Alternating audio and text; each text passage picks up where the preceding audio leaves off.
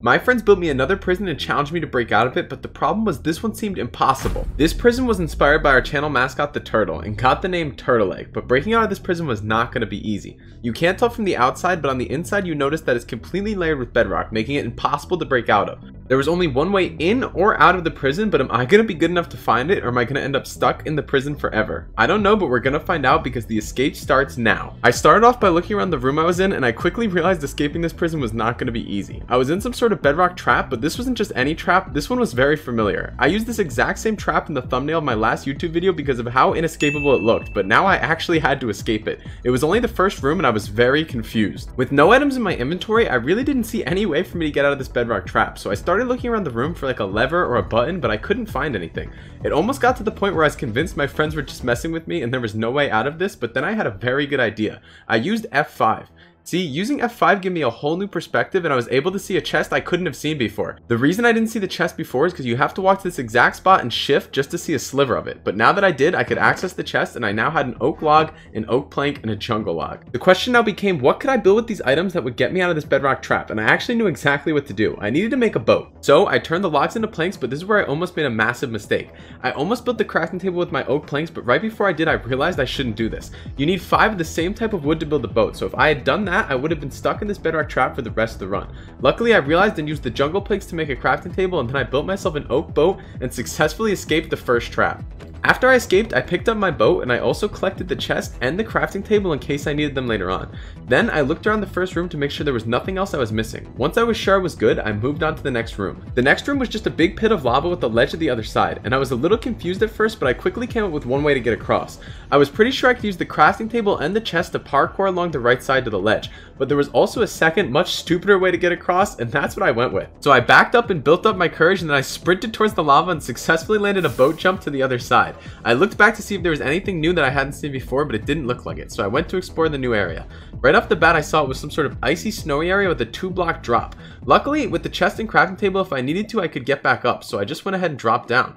Right off the bat, I noticed there was a furnace with 3 raw iron and a crafting table tucked away in the wall. It was so far back in the wall, I was pretty sure if I broke it, I wouldn't be able to get it. The only other thing I noticed in the room was the ice and snow blocks on the floor. I broke one of the pieces of ice trying to get water, but I quickly realized all the ice was packed ice, so I wasn't going to get any water from it. I then was kind of confused, so I just went around the room breaking random ice and snow blocks trying to see if there was anything hidden. I wasn't finding anything until I destroyed this one in the back and found this massive drop off that I assumed led to the next area. I was still really confused how to get down there though until I realized one of the snow blocks was not like the rest of them. Once I realized this, I knew exactly what I had to do to get down there.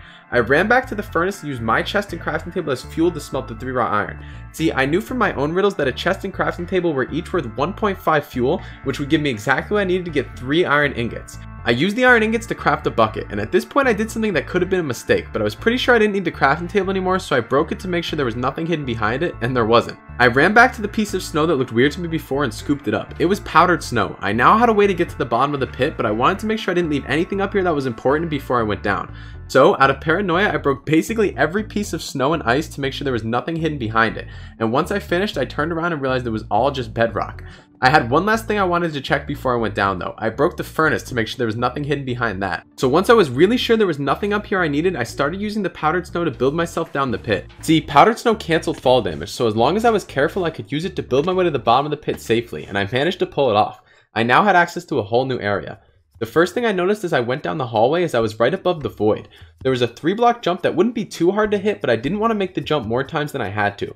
So I turned around and double checked the new area to make sure I hadn't walked past anything important, but it just seemed like a normal bedrock hallway. I even went to the bottom of the pit and looked up, but I didn't see anything other than bedrock. So I was pretty sure I didn't need anything.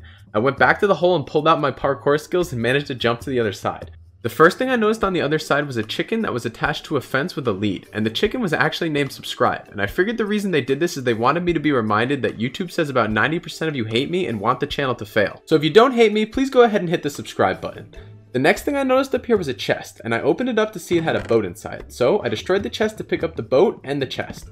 At this point, I was pretty confused what to do with this random assortment of items. I basically had 2 main problems. I had no idea where to go next, and I also had no idea what to do with all my items, but I started figuring out the second part pretty quickly. Once I saw the bedrock spike above the void, I was pretty sure I knew what I needed to do.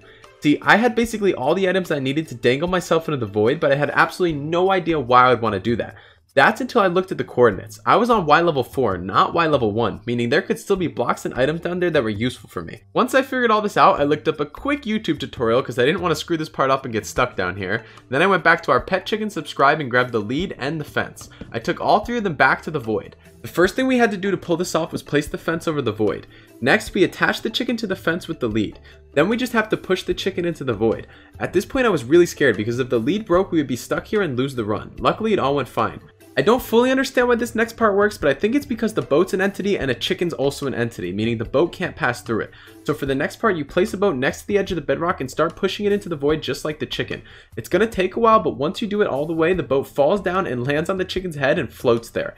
You now have a platform that you can stand on to stay above the void. I'd never built this in Minecraft before and it felt really unsafe. I kept feeling like if I walked out onto the boat, I was going to fall right into the void. But I knew I followed the tutorial correctly, and at this point I was positive it was what I had to do to escape the prison, so after a little thinking I just went for it. I now had access to the new area.